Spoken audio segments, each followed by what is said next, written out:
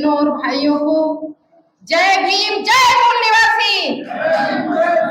एक बार जोर से जय मूल निवासी, जय मूल निवासी, जय मूल निवासी। जय मूल निवासी। साथियों, मैं इस पावन धरती पर पहले मुझे यहाँ आने का मौका मिला और बोलने का मौका जो मिल रहा है, ये संगठन हमारे जो राष्ट्रीय अध्यक्ष वामन मेश्राम साहब है, उनके उससे मुझे बोलने का यहाँ मौका जो पहली बार मिल रहा है, तो उसके लिए मैं आपको बहुत बहुत धन्यवाद देती हूँ। कहना मैं अपनी बहुत ही कम शब्दों में बात कहना चाहूंगी, क्योंकि और भी वक्ता है, उनको भी बोलने का हमें मौका देना है, टाइम उनको ज्यादा देना है। तो साथियों, मैं अपनी बहनों से ये कहना चाहती हूँ कि तोड़ गुलामी की बेड़ियों को, जिसने हमें सदियों से गुलाम बना के रखा। मैं पूछना चाहती हूँ अपनी बहनों से, क्या हम लोग आज आजाद हैं? कहां से आजाद हैं? हम लोग आज आजाद नहीं है। कहने को तो हम आजाद हो गए, 75 साल हो गए देश को आजाद हुए। क्या हम आजाद हैं? अगर हम आजाद होते तो हमें यहाँ आने की जरूरत नहीं पड़ती, ना ही हमें कोई परिवर्तन की जरूरत पड़ती, क्योंकि समस्याएं गुलाम लोगों की होती है, आजाद लोगों की समस्याएं कभी नहीं होती।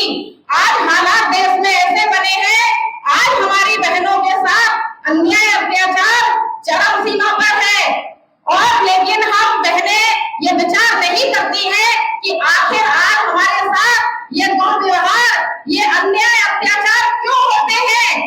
जब हम अपनी पसंद के लोगों को चुनते हैं, फिर भी वो लोग हमारे साथ अन्याय अत्याचार क्यों करते हैं, ये सोचने का एक विषय है। बहनों, हमें जागना है, हमें समझना है। हम लोग चंद मुट्ठी भर पैसों में हम लोग बिक जाते हैं, और उन्हीं पैसों से वो लोग हमारे साथ अन्याय अत्याचार बलात्कार करते हैं। बहनों, ये हमें लालच निकालना पड़ेगा अपने अंदर से, नहीं वो आने वाला दिन फिर से हम गुलाम हो जाएंगे। आज हम जब संविधान है तब हम अपनी आवाज को नहीं रख सकते, हमारी आवाज को दबा दिया जाता है।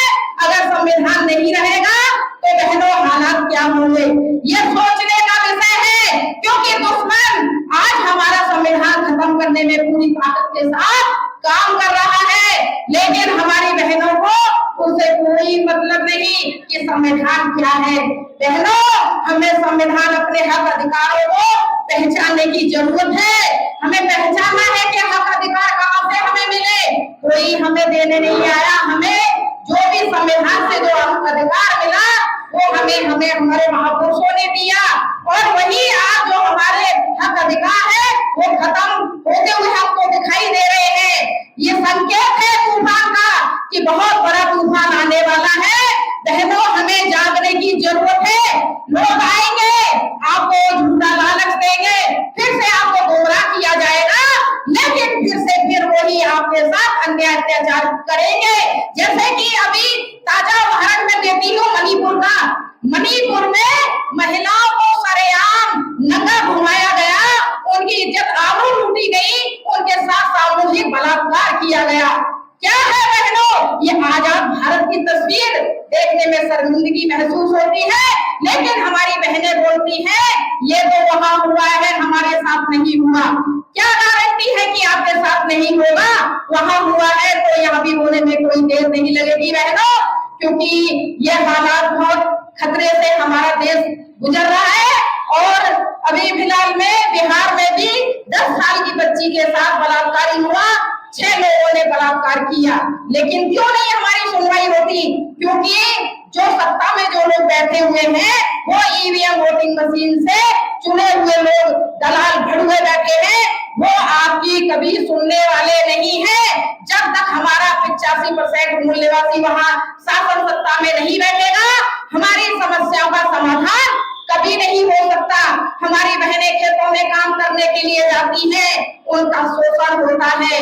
वो फैक्ट्री में काम करने जाती है, वहां भी उनका शोषण होता है, लेकिन हमारी कुछ बहनें अपनी आवाज को दबा लेती हैं, लेकिन दबाना भी गुनाह जो करता है उससे सहने वाला ज्यादा गुनहगार परिवार होता है। बहनों, आज आपको जागने की जरूरत है और कंधे से कंधा मिलाने की, चलने की जरूरत है। नहीं तो वो दिन दूर नहीं कि हम लोग फिर से गुलाम हो जाएंगी। बहने, मैं आपको इतनी दूर से चल के आई हूँ सिर्फ जगाने के लिए। ईवीएम वोटिंग मशीन को हमें हटाना है, 101% हटाना है।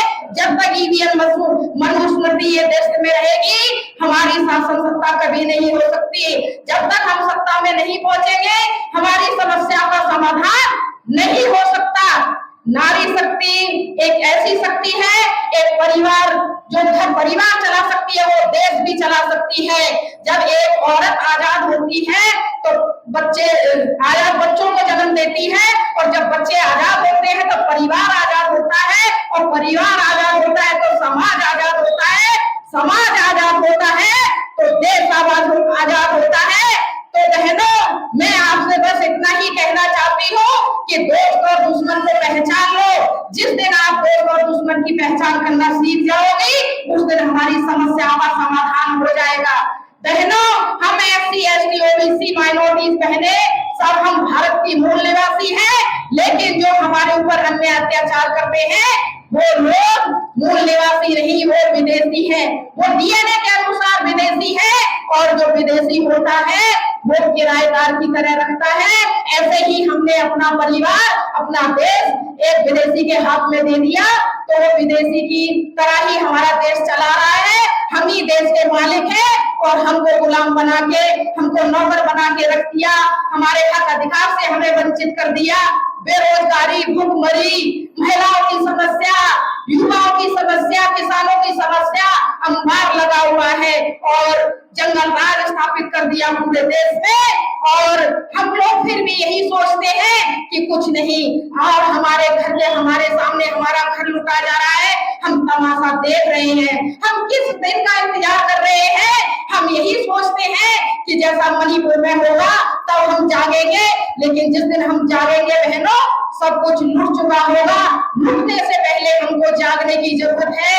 बहनों, एक दिए से एक दीपक जलता है, 2 जलते हैं, 3 जलते हैं, कारवां बनता जाता है। बहनों, हमको भी एकजुट होकर आवाज उठानी है, क्योंकि वो एक बहन हमारी बहन नहीं, वो पूरे देश की बहनें थी। जब मैंने वो वीडियो मणिपुर का देखा तो मेरी आंखों से आंसू बंद नहीं हुए। बहनों, मैं अपना दर्द बयां कर रही हूँ कि हम बहनों को उनके साथ सहयोग की जरूरत है, उनको भी। तो हम अपनी आवाज को बुलंद करना चाहिए, क्योंकि हमें भी राइट मिला है, हमें अपनी बहनों के लिए समर्थन में आवाज उठाने के लिए, क्योंकि हमें ये जो अधिकार मिले ये संविधान से मिले हमें, तो हमें संविधान को बचाना है। संविधान बचा रहेगा तो हम भी बचे रहेंगे, नहीं तो बहनों मनुस्मृति ये लोग लागू कर देंगे तो फिर से हमारी बेड़ियों में, हमारे पैरों में बेड़ियां जकड़ जाएंगी, फिर हम कुछ नहीं कर पाएंगे। पहले जब गुलाम देश था, जब इतने बलात्कार और जो अपराध होते हैं वो नहीं हुआ करते थे, कभी कभी होते थे, लेकिन अब तो भरमार हो चुकी है। कौन